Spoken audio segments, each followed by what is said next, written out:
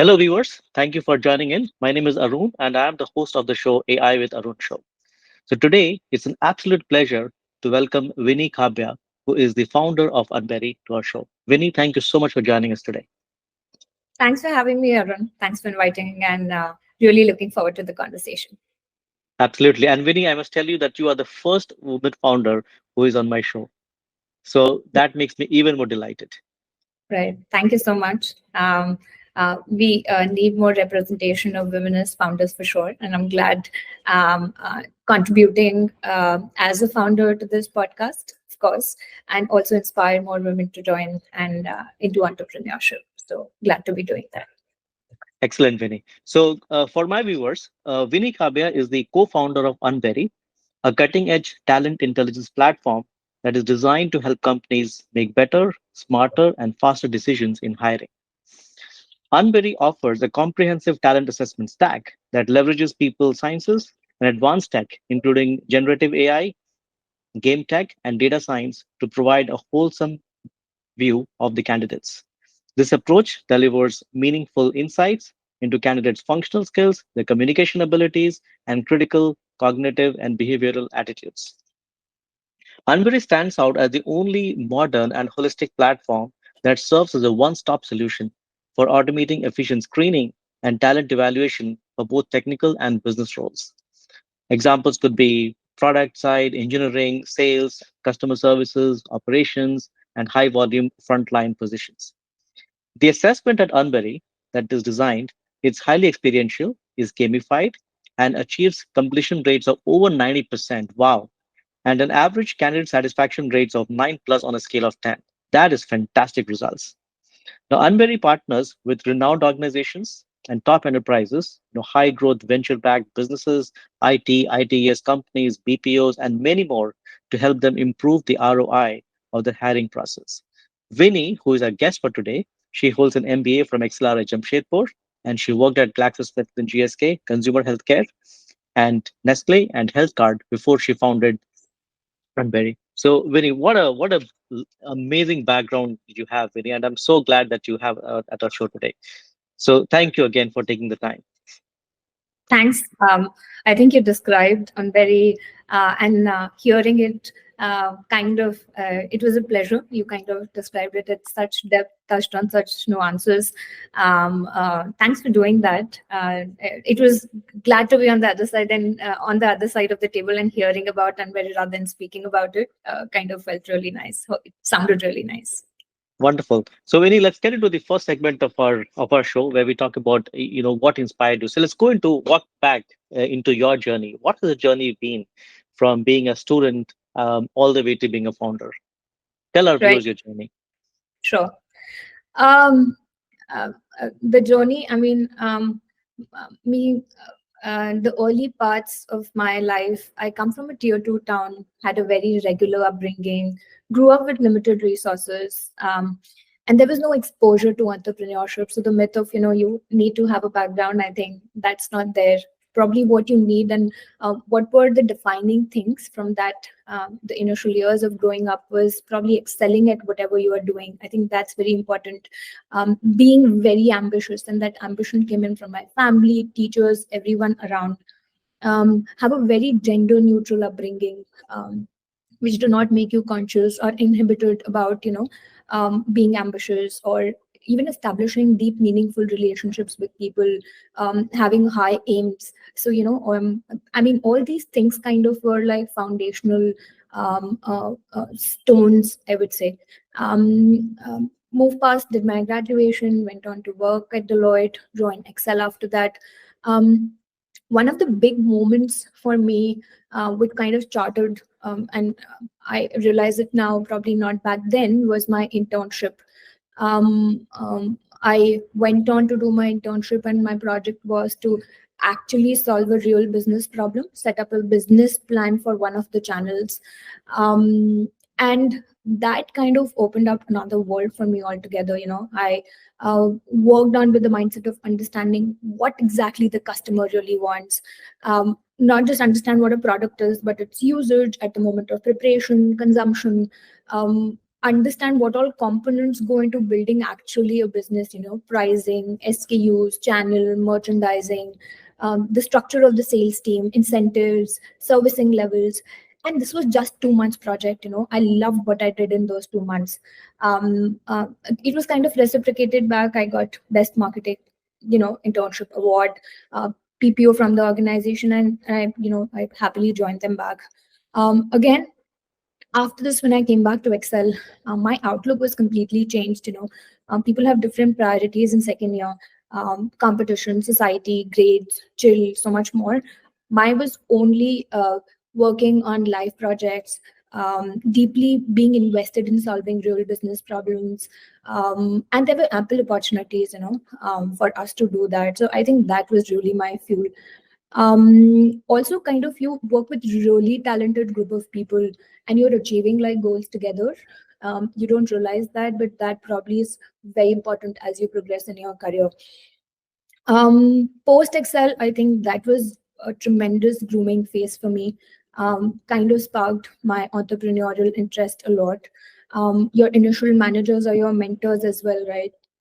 My manager groomed me to have the mindset of building a business and not just a brand. So I went into FMCG after my initial, management trainee stint. Just after 6 months, I was onboarded on a brand as a brand manager. And rather than looking at making another beautiful TVC, it was about managing the business, building and scaling a business. That was the mindset I was digging every aspect of, which is setting up large scale systems, monitor the results, know how to optimize them, work with really large team, people across all pedigrees, age group, level, and drive results. Be very, very customer first in your approach. I would have spoken to like thousands of customers, read so many researchers, and started picking up these nuances very, very fast, very early in the career. Be very comfortable and thorough with data. You cannot miss on data, the insights, everything. Be able to do really high quality work and take up large chunks of work on your plate. I think that is very, very essential, in the early stage of your career. And this kind of shaped up a lot of my interest in, what I want to do next. The next roles were in progression to this. So I took up roles where I got to manage large portfolio of business while launching new, businesses as well. This was a lot of ownership, a lot of hustle, but I really could see the impact, in terms of achieving growth, building top line, gaining market share. And this was what was kind of, keeping me very excited about working. In my last operator role, I was an entrepreneur in residence, setting up a business from scratch. And that is why I was sure that, I want to do this full time. And I want to do it for a purpose that is beyond myself. So that is what kind of my entrepreneurial journey has been, which has been shaping up my interest, everything around, what I like about this space.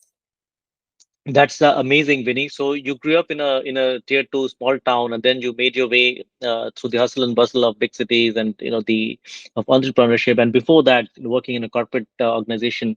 That is such a fantastic ride, Vinny. Vinny, in early on, did you have? You sort of mentioned that you had managers, great managers, as mentors, but before that, even in your academic circles, or even when you were starting early on in your career, are there any specific mentors who you really felt that made a very significant impact on your life, on your career, your profession? Uh, you always have great teachers for sure. When you're a student, you always have these teachers who are as invested in your journey. Probably you excelling as, and probably they are more ambitious if you're, and they are very attached to your journey. So I've had those teachers. I've been very lucky to have them during my school, my, early career, etc. In terms of mentors, obviously at work, there have been a lot of mentors, a lot of professors at Excel.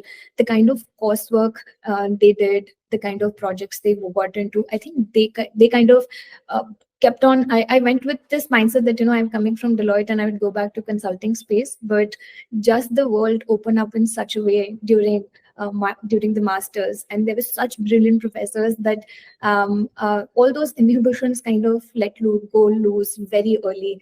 I was open to exploring more. What more can I do?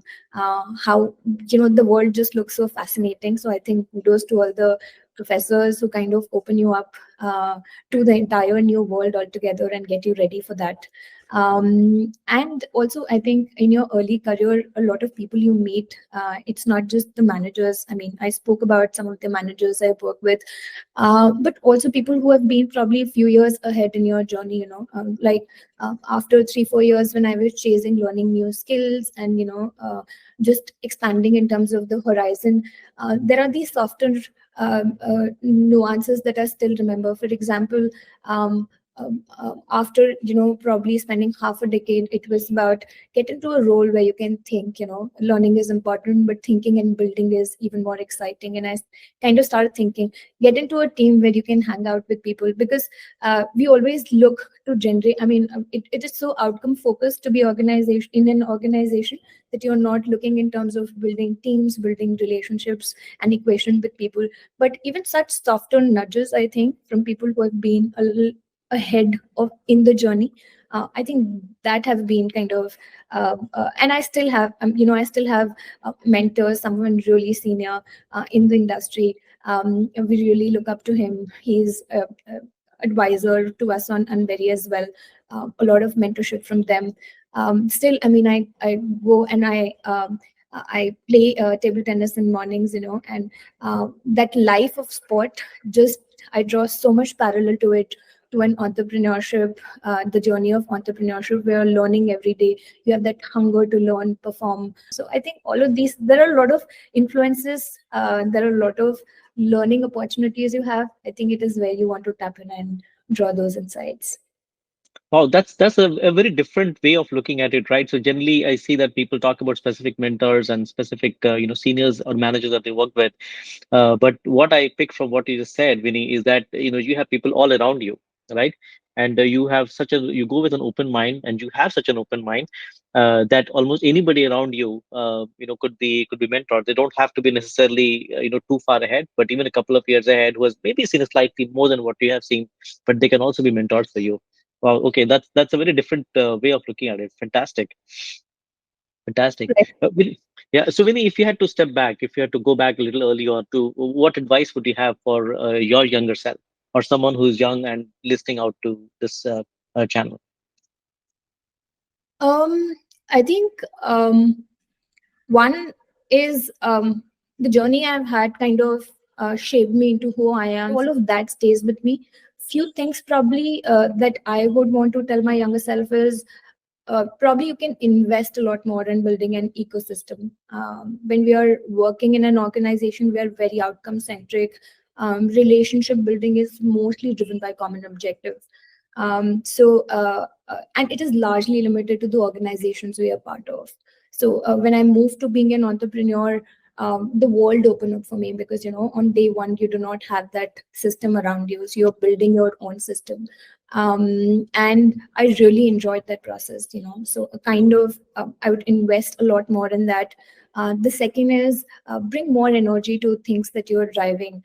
As an operator, you would care a lot about success, about completion, about doing big stuff, but passing on that energy and passion to others. And the third would be more curious or experimental, probably. I learned a lot, and I stuck to the FMCG landscape.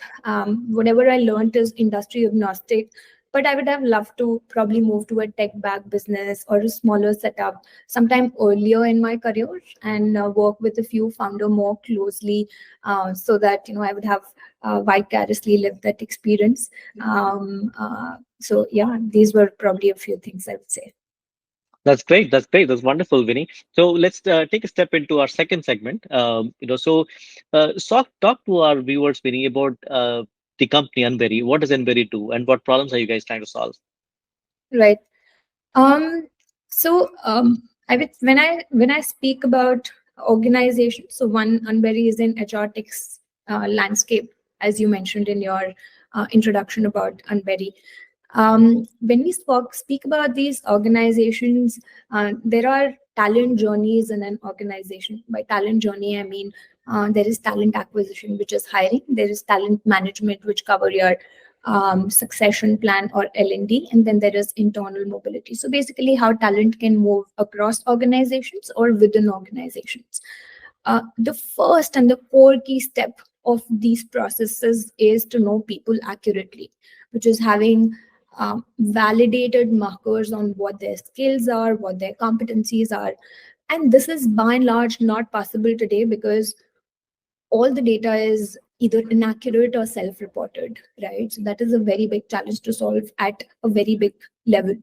For example, during hiring, resume is the first step, and they do not work anymore because now everyone can craft very beautiful resumes with keywords filled in, and they could mold any resumes talking back to JD. So how do organization actually figure out that, what's the validated marker about this person in terms of their skill and competency, how to accurately know them at the starting, when they're at the starting of the hiring process. The same as with designing your L&D journeys as well, or succession plans as well. This is the core problem in a very broad level that we started to solve, or we went out to solve it. This translated us into designing the core engine, which is having a very robust mechanism to evaluate skill and competency of people, which is one very extensive to uses the most modern technologies which is out there. 3, create deep insights about people, and 4, is applicable across different industries and across different levels as well. Right now, there are solutions, for example, for knowing people on their coding talent, but what about everything else? What about their communication? And communication is not reading comprehension, it is how you and I speak or write, right? In terms of our work relevant skills. Cognition is not just 2 plus 2 equal to 4. It is about how your brain is wired, about their behaviors. And it has to be, and there are no actual ways to even know all of this beyond tech.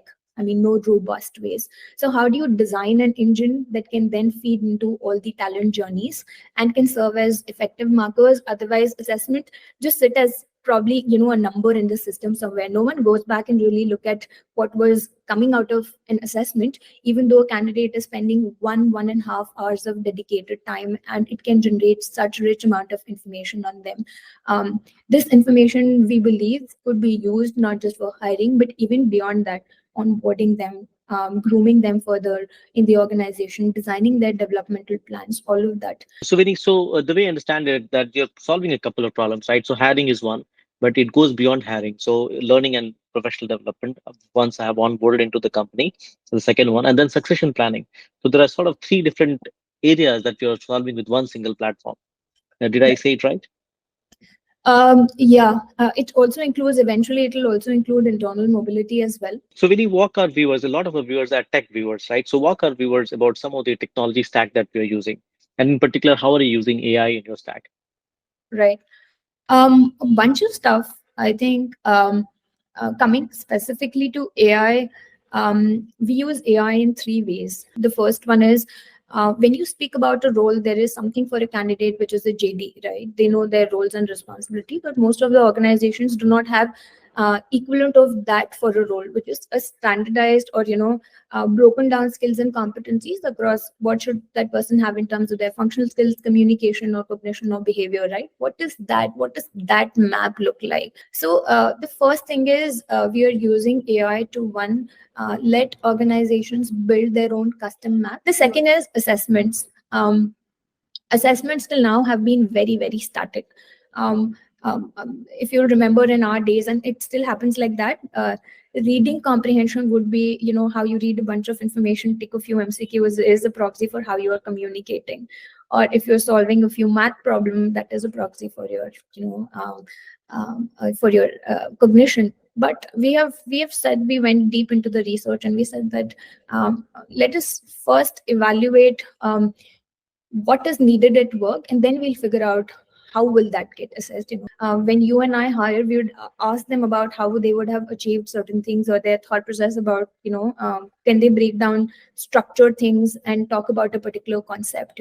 So can we enable that in an assessment? And we have done that. That's a combination of showing your functional skills as well as communication skills in real time. So we allow that happening on our platform, and use AI to evaluate such case studies. It happens live on our platform.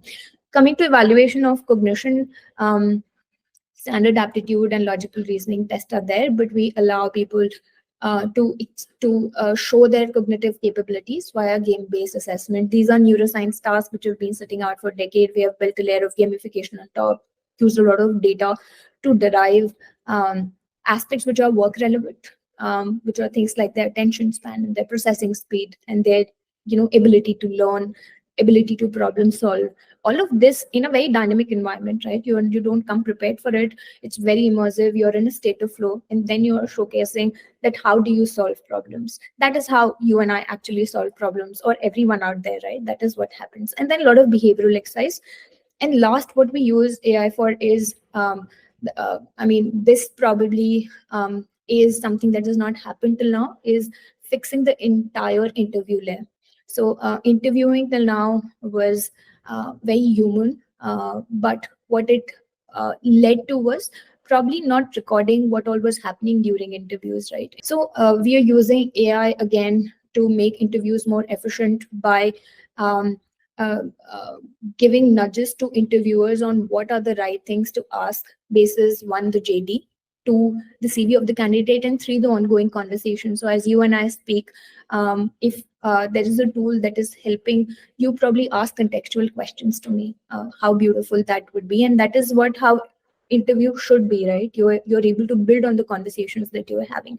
Also, at the end of it, it prepares the entire report in terms of what actually happened, what were the key themes discussed. If there are key competencies which are defined, then how did the candidate rate on them, explaining why it happened. And the interviewer can just go in and edit, saving probably 25-30 hours for one hiring that happens. And imagine happening this across the spectrum for an organization. So yeah, broadly three layers summarizing it: one, having your own maps across skills and competencies; two, having more robust interviews; and three, the entire assessment layer totally revamped. That's wonderful, Vinny. So it certainly looks like a lot of benefit for companies who are using your product, right? So what are companies telling you, Vinny? As companies are using your product, what are they telling you? The initial validation for us was, we saw, are we able to replace something that we knew were archived, but our company seeing that value. And these are not smaller companies, or these are not price conscious decisions, but this is where bigger companies are where we are able to replace incumbents, because of the value proposition we bring, right? So that was an internal validation for us. The next, and because it takes time to get feedback, you set up a process, you change a process, so you also have to have markers throughout your journey to know that the direction you are proceeding in is that right or not. Are you able to change the in whatever you intended to, are you able to bring that change or not? So this was one in the assessment landscape. Two, we have a customer success team that works very dedicatedly with the any client we work with, right? When we were doing our competition understanding of the landscape, we figured out that completion rate for assessment is somewhere between 30 to 50%. And that really pinched us hard, because it is so difficult to get good quality qualified candidates. You are losing out right at the top of the funnel. These candidates, they are not even moving in. You don't even know whether they are good or great for your organization. That is something that should not happen, right? So we work dedicatedly with teams where we started pushing the needle and say, why is it not 80%, 90%, 95%, right? That is where a lot of organizations are seeing benefit, as well as the part where it is not just meant for organization, but the experience for candidates is pretty great, right?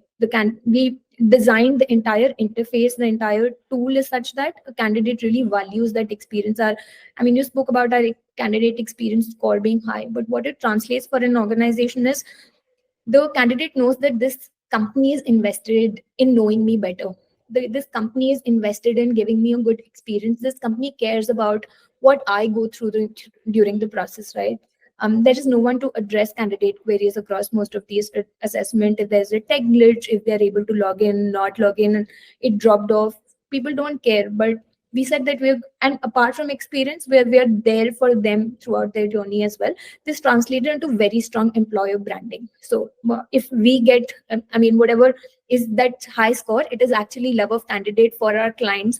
I mean, we are a medium for generating that strong experience. What comes in from the recruiters and the hiring managers and the TA leaders, that is finally something which is now also, now then it becomes like, once you have fixed the process, different aspects in the process, that is what then we see, which is we, a lot of recruiters report um, using the platform, their hiring amount of time that they take to hire a candidate has reduced between anywhere between 30 to 60%. They would come in and say that it is saving us a lot of time because we have now objective markers. We know either this guy is a hidden gem, the resume is not showing, but they are a great fit, or this person is the right fit for us very early on in a process. We are able to prioritize them, move them, and close them pretty fast, which is what you need to happen in your hiring process. So our funnel. So funnel is basically how do you move candidates across different stages in a hiring process. Our funnel is running more efficiently for us, right? So that is the end outcome for them. And they also love working with a team which is as invested. We are almost like an extended team to them. So anything that's happening on the hiring, they love to bounce it off. Assessments were only happening for very few roles. Now the clients that work with us, we enter with a very small use case, and most of the organizations, when we started working, which would be probably for a tech role or for some one requirement, and they could realize that these assessments are so powerful. They have replicated it across organizations. That has been like a really big thing. We would just land and expand by merit, not by push.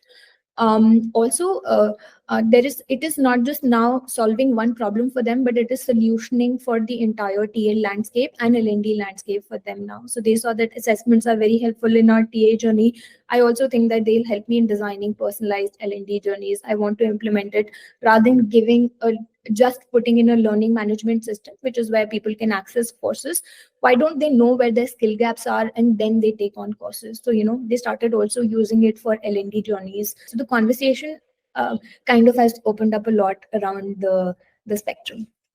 Yeah, fantastic, Vinny. So obviously a lot of benefits that your customers are seeing, and which is why they are coming back to you.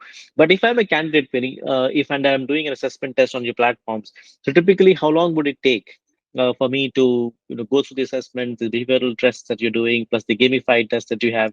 How much would it take for me as a candidate? Right.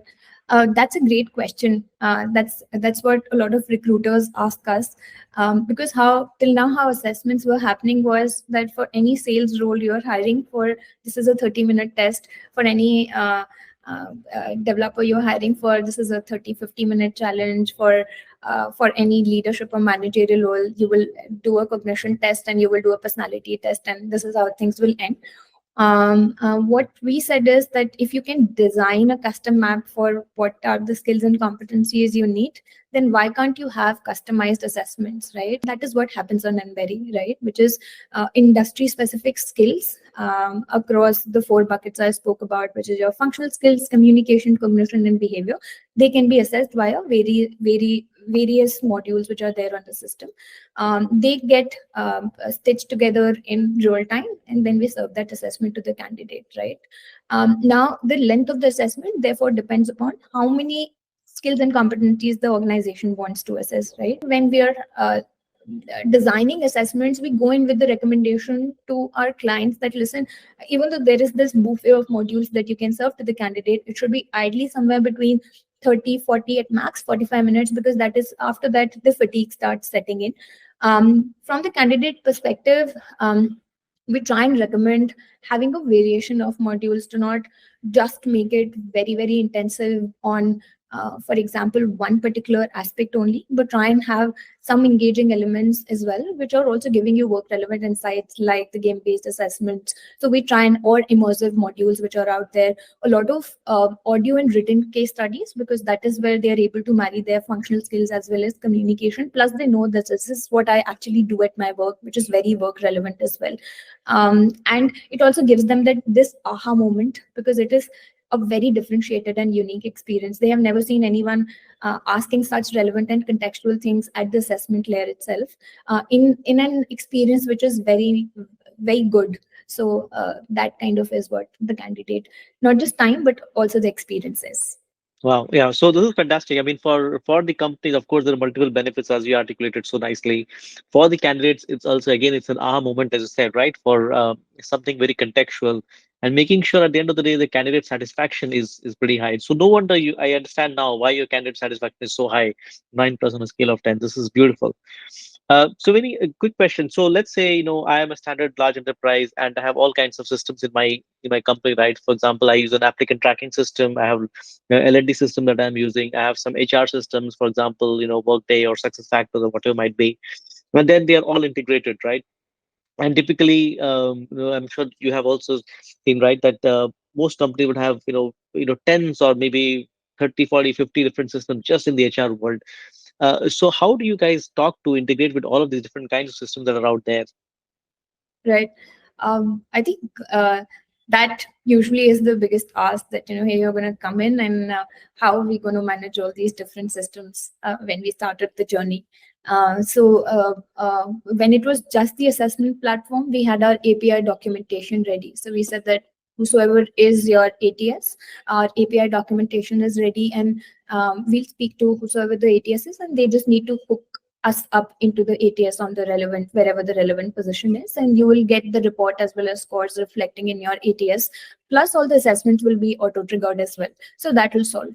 Then now we have an interview platform, right? Some of the ATSs have space or whatever, can plug in those information, some cannot. Also, as large the system grows across all the different categories you speak about, it takes a lot of time for bigger systems to start taking in request from their clients about, hi, I'm moving on to this new system, can you build an ecosystem for me as well, which kind of makes my life easier. We realized that there is a lot of value prop that the tools are bringing, but the journey part is something that the clients are struggling. So we are also designing the journey for them. For example, for hiring, our assessments, our interview platform needed the end-to-end journey where they can sit in. So now we have our kind of our own journey for entire hiring as well, that we're going to about to launch in like another month or so. There are clients already on pilot on that. Oh, wonderful, wonderful. When you should talk to me about two things in particular, right? See, one is how you went about standing up a team for this, right? And two, talk to me about your decision making style. Right. In terms of founding team, I think the first decision was to have the founders you're working with. We are four co-founders. The first thing that we probably looked was, and that is very, very key when you're starting up something, is the equation that you have with people. You need folks who you can deeply trust, who you are very comfortable with, who you share same value system with, and have a very transparent equation with. It is very essential to have the same ambition, and you need to be on same page on how you want to build the business, right? For example, we chose to bootstrap the business. That is where there can be a lot of diverse thoughts on the table. For example, we chose to take certain amount of time and build certain number of tools, or probably invest a lot in building for customers rather than signing up customers, right? So these are two very different equations, right? So you need to have that comfort to agree or disagree, have diverse opinions, see merit in each other feedbacks and disagreements, and build on top of that. That is something very core to it. And as well as at the same point of time, be ready to work for a shared cause and ambition which is beyond yourself, right? So I mean, self versus a goal, and how you want to build business. These are some of the very large level things that you want to have an alignment on. Apart from that, you need people who have complementary skill sets. So I come with building businesses kind of, my entire experience has been around that. I have co-founders who come with great experience, very deep experience around building tech products. They have built enterprise products before. They have impeccable understanding of design, about user experience. That is something where we come in and have very seamless equation amongst us. Also, when you're starting up something as part of founding team, you need people who are all in into the game, right? Because when you get in people, you don't have an option B, you don't have a bench strength. There is no plan B for for them. So same has to be reciprocated back. They need to be in it, and there should not be, I mean, it should not be something they are doing by chance. You need people to have that hunger and excitement. You also need people who are kind of generalist, who can take up multiple things, who can juggle between multiple things, don multiple hats. We as founders, we also don't stick to just one thing. Each one of us doing sales apart from doing whatever else we are doing as well. So initial years need a lot of collaboration, donning of multiple hats, and you need people who are excited to do that as well as can do that as well. Yeah, yeah, no, you're right. Founding a company is no small task, and you need people who can wear different hats at different points of time. Yeah, yeah. Vinny, how did this idea of Unberry come in? For no, I mean, what I meant is about the name. Why Unberry? What is the Right. secret behind the name?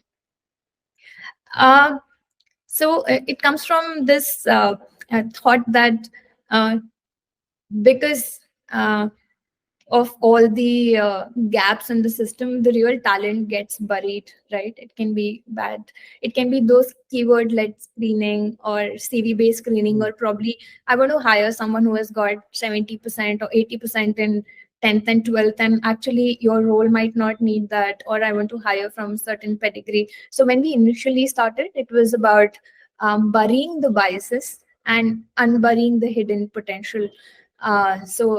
Unbury, we gave the twist to it. We said we'll replace it by Berry, because it is a little more playful, a little light-hearted for candidates. Otherwise, it is just talent XYZ, and it is very, very.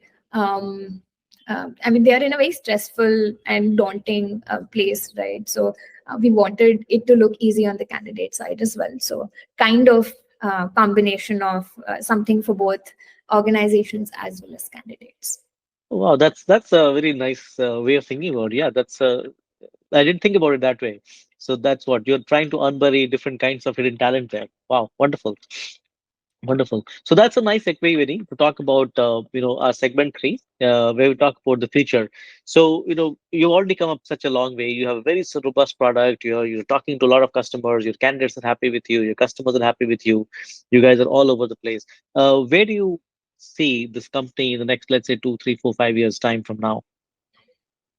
Um, I think a few things. One is we in whatever time we have been operational, we have been able to impact the assessment layer of talent acquisition the most. One is we want to go deep in that layer, which is assessment layer impacts your screening. So screening, again, we are able to impact your white collar roles, your frontline roles, as well as your tech roles. So we want to keep doing that. We want to go deep into that, work with larger organizations, create a bigger impact. I think that is the first thing in whatever we have done till now. The second is go deep into that layer, impact the interview layer. So in next 2 to 3 or 4, 5 years, we see us going much deeper and owning up the entire TA layer, because there is a lot of fragmentation at this point in time in terms of tools as well for your hiring. You have a different tool for screening, CV screening. There's a different tool for assessment. There's now interview platforms, and then you have your ATS. What if all of them come integrated in one platform for you, where you can choose that this is what I, where you can basically design your own journey. So that is what we are coming up for organizations.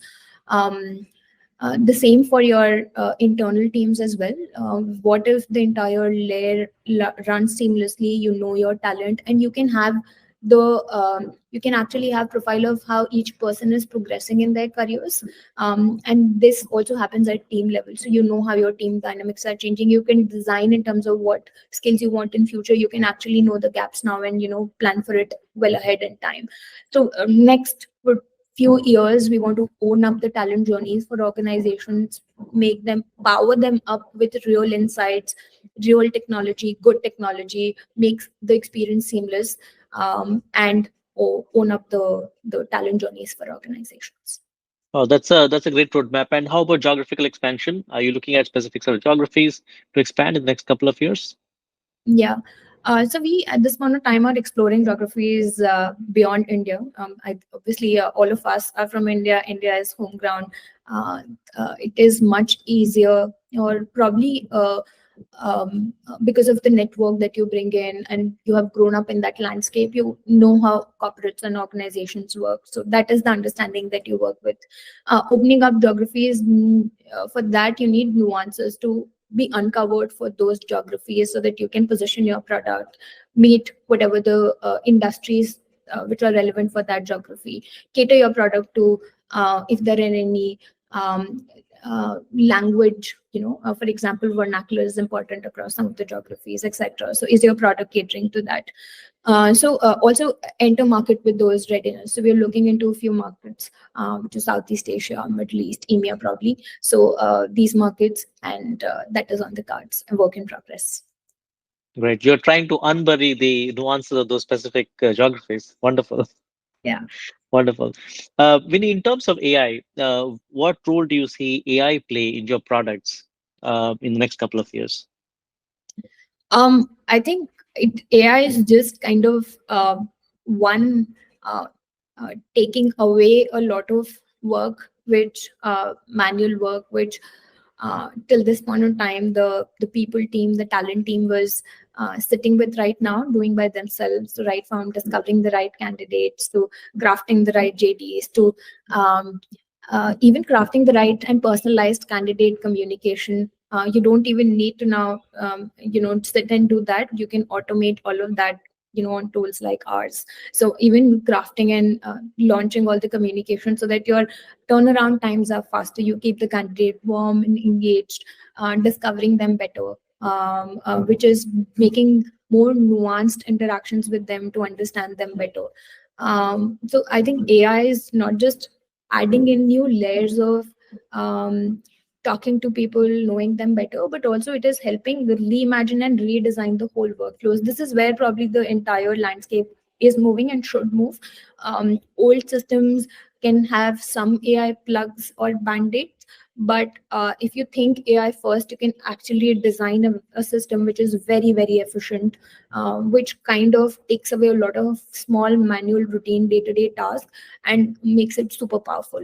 So apart from bringing in these one point solutions, which can be an assessment or which can be an interview, what I see AI and us doing with AI is also reimagining these whole automated workflows in a completely new manner altogether.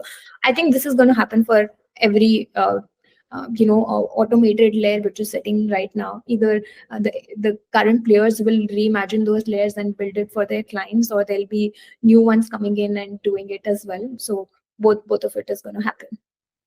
Yeah, yeah, you're right. I mean, there's a lot of domain expertise and technology, of course, that is needed in order to make this happen. But that's where we are headed. That's Yeah, yeah, wonderful. So, Vinny, we now go on to the final segment, which we call it as a rapid fire round. right. And these are like one word or one sentence answers. So, are you ready for the rapid fire round? Wow. Let's do it. All right. All right. So here comes your first question: Chat GPT or Gemini? Which one would you choose for the rest of your life? Wow.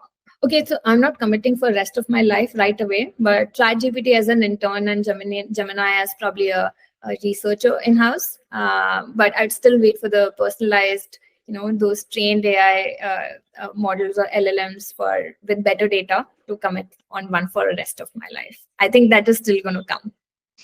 An Okay. Apple or Samsung maybe. Okay. All right. We'll take that. The second one: What is the most overrated AI hype right now? Uh, I think I'm a very strong believer in the potential of AI, and there's no trend that I would like say it's truly overrated. I believe in every hype. I think I believe in every thing it is changing, even the smallest of the nuances. Even though it's trained on a lot of garbage data, still it is able to do wonders. And I think that it every hype is worth it. I'm like very ambitious about the kind of transformation it's about to bring in the coming years. Okay. All right. The third one, in one sentence, define the future of AI in your field. Very personalized, data driven, intuitive, uh, and much more efficient talent journeys. Okay. The fourth one, what is one AI skill that everyone should learn and prepare for tomorrow? A lot to be said on prompting and data and everything. I would say that the most essential skill is knowing how to give the inputs and vet your outputs, which is you should know how to use the AI for that.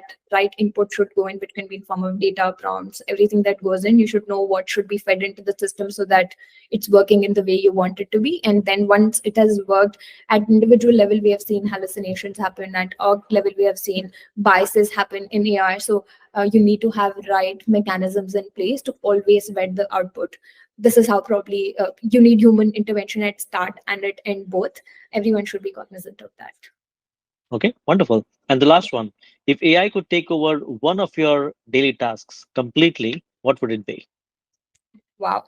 I would want it to take all my spam calls. So, there should be a bot speaking to a bot. And even if there's a telemarketer, my AI personality should be speaking to them so that I can get on my day at work. I think I would want that. Okay, wonderful. That's great. All right, Vinny. So that brings us to the end of our conversation. I really want to thank you for taking the time to talk to our viewers. So thank you, Vinny. Much appreciated. Thank you so much. It was a pleasure. Totally enjoyed this conversation. Thank you for having me again.